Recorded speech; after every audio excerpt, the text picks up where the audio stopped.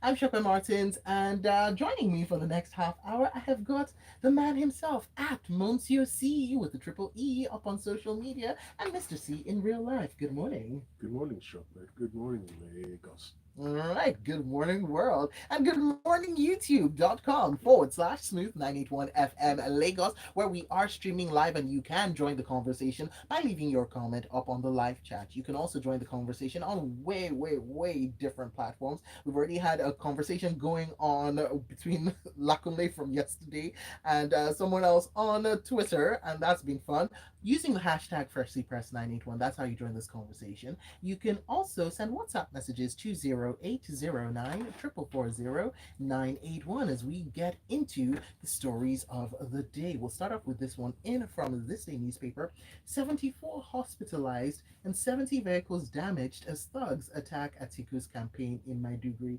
Some pretty alarming numbers. Now, this is 3 weeks after his campaign rally was attacked in Kaduna State. We've seen another attack with the campaign trail of the presidential candidate of the People's Democratic Party, the PDP, Atiku Abubakar, allegedly attacked yesterday in Maiduguri by suspected thugs, resulting in the hospitalization of no fewer than 74 people. Nevertheless, the rally went on. Atiku went on to hold the rally in the Borno state capital, during which he made some promises. But Mr. C, let's talk about yes, free and fair elections, but also elections that are devoid of violence, hopefully. But what does this say about achieving that goal?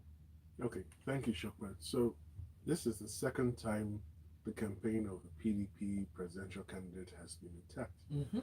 And it's quite disappointing that in a season and a campaign where we're all expecting rigorous debates and issues to be brought up, some misguided and unfortunate elements are still trying to resort to violence.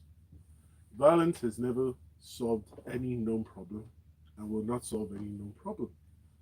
Now, what's interesting is the quantum here: 70 vehicles allegedly damaged, 74 people allegedly hospitalized. And I'm using those words because the official position of the Borno State Police Command is none of this happened.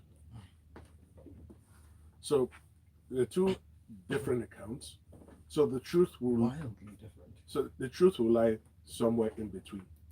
Now, according to the Borno State Police Command, they secured the Ramat Stadium, the Ramat Arena with policemen.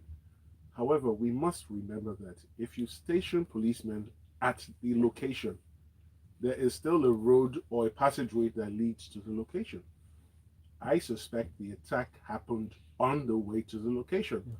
So the police in Borno State are being very clever by half by saying nothing happened, because clearly nothing would have happened where they were.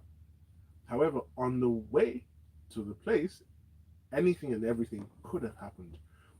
Yes, the figures might have been exaggerated or inflated, but to suggest it did not happen at all is wide of the mark. And this is an appeal to all the political parties. Present issues and let the populace decide. And then this is an appeal to the populace in each state. If you believe the candidate addressing you is unpopular, listen to him or her, as the case may be, hear the person out and let the person leave.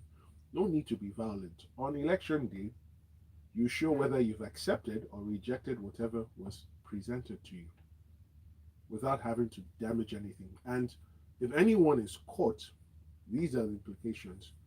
You will be prosecuted for willful and malicious damage to private property. And if found guilty, you will go to jail. It's as simple as that. All right, now in an incident in which the police were present, and so that they were present from the Punch newspaper, again, kidnappers strike on Lagos Ibadan Expressway and commuters shot. So, as you go down into the Punch article, it goes on to say that the gunmen were dressed in military camouflage and they attempted to abduct passengers from an 18-seater bus, which was reportedly heading for Lagos from Ibadan when the incident happened. So they apparently came out of a bush before the Shagamu interchange, started shooting at the bus. However, the intervention of policemen in the area for the attack. But Lagos Ibadan Expressway is an expressway that's becoming synonymous with attacks. Correct. and kidnappings. So this,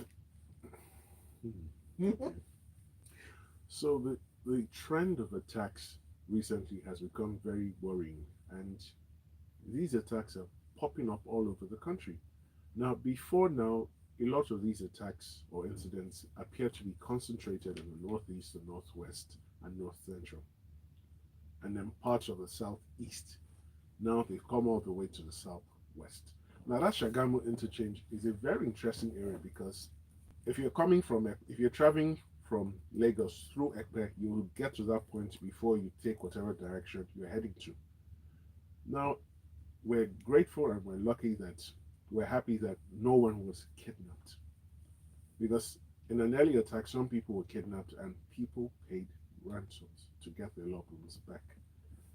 It then begs the question, if you've had cause to travel on our highways, especially on that Lagos Ibadan Expressway, at regular intervals, you see police vehicles parked. You see mobile policemen on the road, clearly engaging in business not permitted by the act that says they're more interested in making money and collecting money from commercial drivers. Now, two questions. In all of this, where's Amoteco? Question. Why was it? Because my understanding was they were to fill the gap that could not be filled by the Nigerian police force. So where's Amoteco in all of it? Because we were made to understand they know the layout of the land. Can you fill a gap by a police force if you're not carrying the same weaponry as the police members of the police force? So Amoteco carry arms, but not AK-47s.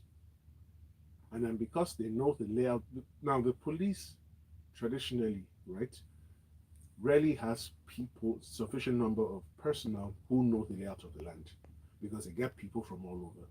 But Amoteco which is, by the way, fodder for a whole other conversation about state police, but we move. Now, Amoteco is populated by indigents who know the layout of the land. So, who is combing the bushes? So, this leads me to the next question. Who is combing the bushes and the forest? Because these guys are congregating somewhere, they're camped somewhere, they're stationed somewhere. You just don't emerge from a bush. I'm sorry. Okay, so they emerge from the bush, you engage them in a shootout, and you rescue the passengers. But has anyone gone into the bush? Has anyone tried to discover what is going on? Is the police liaising with Amoteco to get information on what is in the bush, and if there are any unidentified gathering of people, have they raided the place to get rid of them and ascertain who they are? Now, So, Mr. C, comes barely 2 weeks after another attack on that same expressway, in which some people actually lost their lives and others were abducted, correct. and then people had to pay ransom to get them back. That was what I was alluding to earlier, and to prevent another attack, there are certain basic things that need to be done. There are people who are paid to do this job properly. It shouldn't be my role or duty to advise them on radio. They know what to do and they should get the job done. All right. Let me quickly take this message from Idemakuza from Surulere up on WhatsApp, and then I'll take the other a couple more. Idemakuza says, what's the effect of the peace accord pact signed by all the political parties if the PDP convoy is always attacked in APC-controlled states? What are they afraid of? This one comes in from Dr. I at CMS, who says, I'm disgusted with the way some media outlets and the police are downplaying the attacks on political opponents like the PDP Labour Party, and yet no one has even been accused or identified or anyone identified. I can only wonder what kind of violence will be meted out to the opposition parties. Let's not play ostrich with lives. And D from Alausa says, asks you, Mr. C, if you have any proof that the attack on the PDP convoy happened, saying that you are giving a categoric statement that it happened. Would you like to respond to that? Okay, so Mr. D from Alausa, there are two varying accounts, right? So the truth from experience will lie somewhere in between. If an attack happened, it probably happened on the way to the arena. But to suggest and simply side with the police because they lazily claimed that nothing happened, I won't do that. Because the police have shown traditionally over time they cannot be trusted. And I repeat, the figures may have been inflated, but I do not believe that attack did not happen. All right, let's take this story in from the Punch newspaper. Amcon recovers 307 billion naira debt in 2 years. This was between 2020 and 2021. I don't know why it feels so little. It just feels very very small to me. But let's take a look at some of the figures. So there was an interagency committee that was set up on the recovery of debts owed to the Asset Management Corporation of Nigeria. And it submitted its report to the federal government, and by the way, is now urging for strict implementation of the relevant laws, including the Amcon Act, which is supposed to ensure that recalcitrant debtors cannot benefit from any government contracts or projects except with due diligence clearance from Amcon, which makes sense. Let's see your thoughts. Okay, thank you, Shopper. So, in 2 years, they recovered 307 billion. Now, to respond to your comment about the sum looking rather small, remember 2020 was a year of COVID where there was a general slowdown globally. True. So, and then with our economy didn't pick up, so I think till about Q2 2021. So, the sum is negligible, really, in the sense of what is still actually owed. I believe it's somewhere between 4 and 5 trillion. I stand to be corrected. And they raise an interesting point. Companies that owe and are not regularly satisfying those debt obligations, surprisingly or unsurprisingly, depending on which perspective you belong to, continue to get government business. And the committee is saying that has to stop. You cannot be owing the banks, you cannot be unwilling to honor your debt obligations and then continue to collect monies from the federal government, which in fact is still funded by the same people, in a sense, who fund the banks.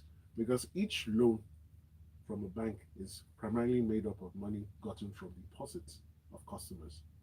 So it's the right step, but I'm just wondering why it took so long. But like our people say, whenever you wake up, it is your morning.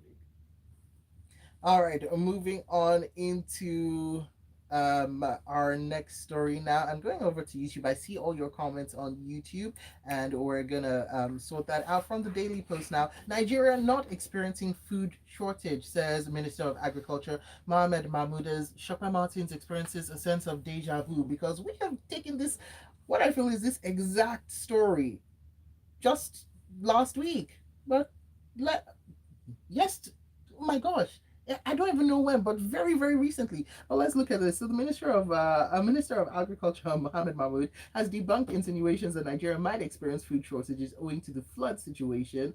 He did, however, admit that inflation is taking a toll on the country, and it's not particular with Nigeria alone. He made this clarification yesterday, and the day before, and the day before, and the week before. I can continue. This was after the weekly Federal Executive Council meeting presided over by the Vice President. Let's see your response.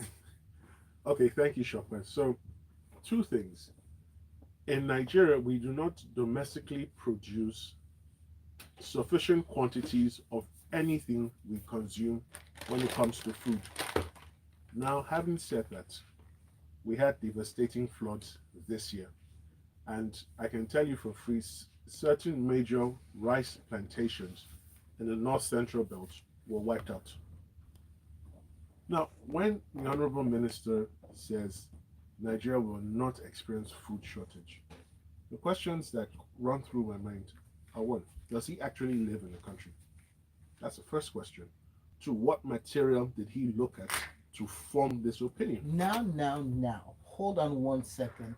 Taking a look at what the minister had previously said when he before said that we were never not going to experience food shortage, he did say that he was focusing that whilst it looked like we might experience food shortage, what was happening was that production was not stopping, and that there was going to be now reliance on, what was it, dry season farming. Yes, that was Okay, it.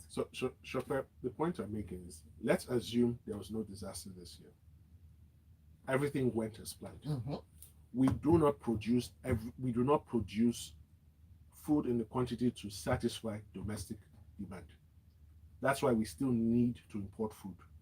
Now, let us assume, of even the crops that we grow. Yes. yes. Now, let's assume there was no Russia-Ukraine conflict.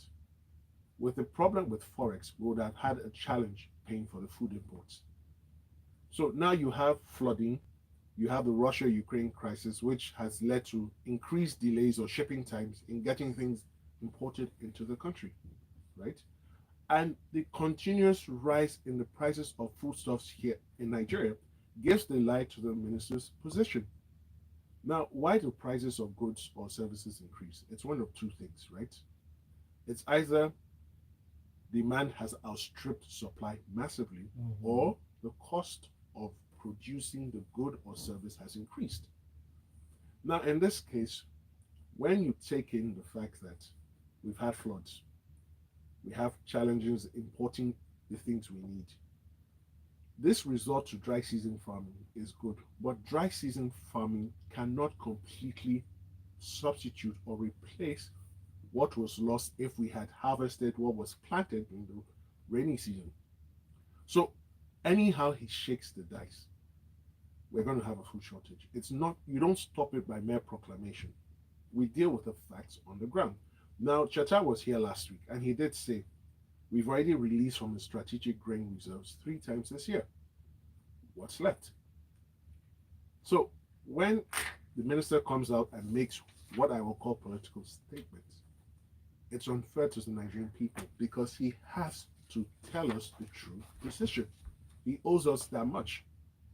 So rather than tell us there'll be no food shortage, he should open up and tell us, look, we're looking at a food shortage, but these are the steps we're taking to mitigate the coming food crisis. Oh, and the messages keep on coming in. Let me read a couple of messages, then go to our next story, which will come in from this day newspaper, and it's on oil theft and apparently death threats. So this message in from Tyre says the minister told us that government minister told us that flooding is an act of God, and another is telling us that there is no food shortage. Is anybody thinking what I'm thinking as we wait? And Orov asks what on earth Amotekun is doing, saying, I thought Akeridola and the governors who spearheaded that move were serious, so is this all media hype? He goes on to say that the police are ill-equipped and overstretched already, and the government is complicit. Wow, there's a lot of statements in there. And I'll take this one from this day now. On oil theft, Kyari raises the alarm, alleges threat to life. The group chief executive officer of the Nigerian National Petroleum Company Limited, Mr. Mele Kyari, yesterday saying that he's received several death threats from people who aren't happy with the efforts being made by the federal government to ensure increased transparency, accountability, as well as an end to crude oil theft, which has seen the country recording severe revenue losses. But something seems to be moving in the right direction, which is the crude oil production. Mr. C. Correct. Thank you. So, Mr. Mele Kyari has said he's received several death threats. Now, I do hope he's reported them or forwarded those threats to the relevant security agencies. And I also know that he has a good security network, and here's hoping and trusting that his life would remain secure. Now to the meat of the story. Production has gone up since to over 1 million barrels per day since July this year. Now this is very impressive news, and it comes on the back of several discoveries of illegal connections made to existing trunk lines. At the last count, there are about 295 illegal connections, and from the look of those illegal connections, they've been there for years. So it's a bit baffling when government authorities tell us they don't know when those connections were made, because the JTF has been in existence in that corridor for at least 10-15 years. So what exactly have they been doing? Because those pipelines, those illegal connections, are not connections that are done in the space of a day or two. It takes time. So how do you account for the fact that they were made and nothing happened? Now, Nigeria has 29 crude oil platforms. 13 of them have suffered massive disruption in production, because when the oil companies realized that Whatever they produce doesn't get to the platform, they shut down production. And we've seen the effect over time. Now, the bigger question is, yes, we're discovering the pipeline, the illegal connections, we're shutting them down, production has gone up. However, the security agencies, apart from the ongoing court martial of some relatively junior Navy officials, has any senior JTF official been court martialed or asked to answer for what is going on in the Niger Delta? Because it is clear, as we've always said here, and that it is clear to anyone who critically watches the oil and gas space, this is organized theft. It requires a network of willing individuals in the security apparatus, within the oil and gas setup, within the regulators. It's a coordinated scheme. And until you address and dismantle that arrangement, we will make some progress. We will take 2 or 3 steps forward and sadly regress. Now, the NNPC has started making money, but he's now warned. We're no longer a government corporation. So all these stories of NNPC doesn't send money to FAC or doesn't pay money into Federation account. That their business is with the Federal Inland Revenue Service.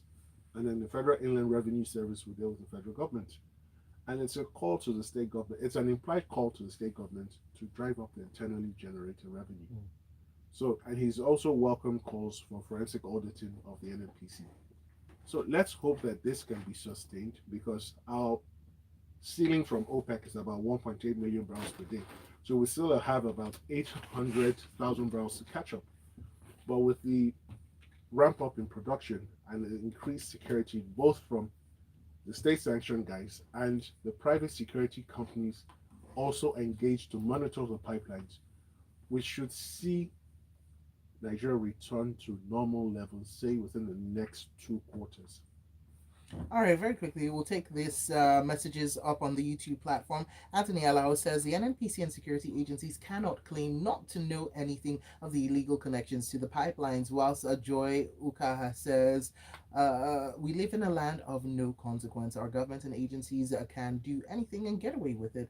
There's no way to hold them accountable. They're too powerful while the citizens are helpless. I would beg to disagree that there is no way to hold them accountable. There is a way to hold them accountable, and it depends on information and data. Yes. And so the more information that we get, the more that we can realize that we can actually collectively as a society and as a polity hold them accountable. Citizens are not helpless. Please, please, please, please, please.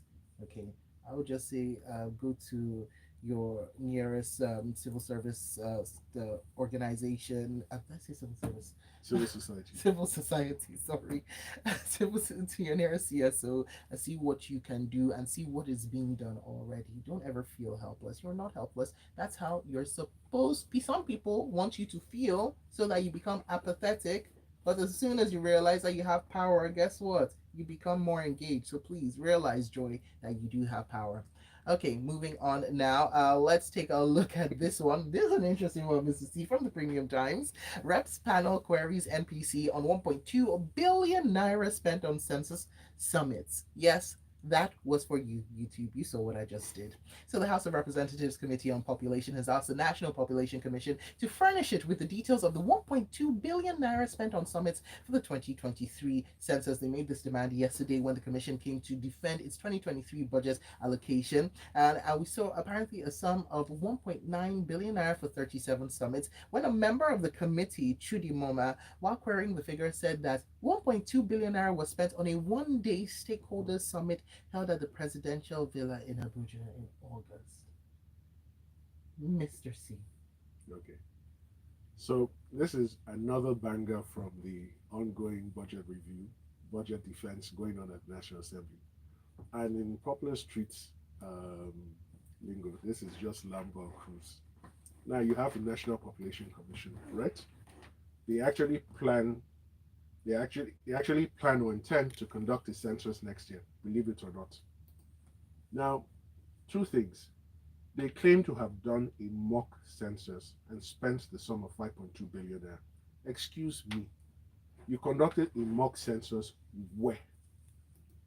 Does anyone recall seeing any official of the Nigerian Population Commission this year going anywhere in the country?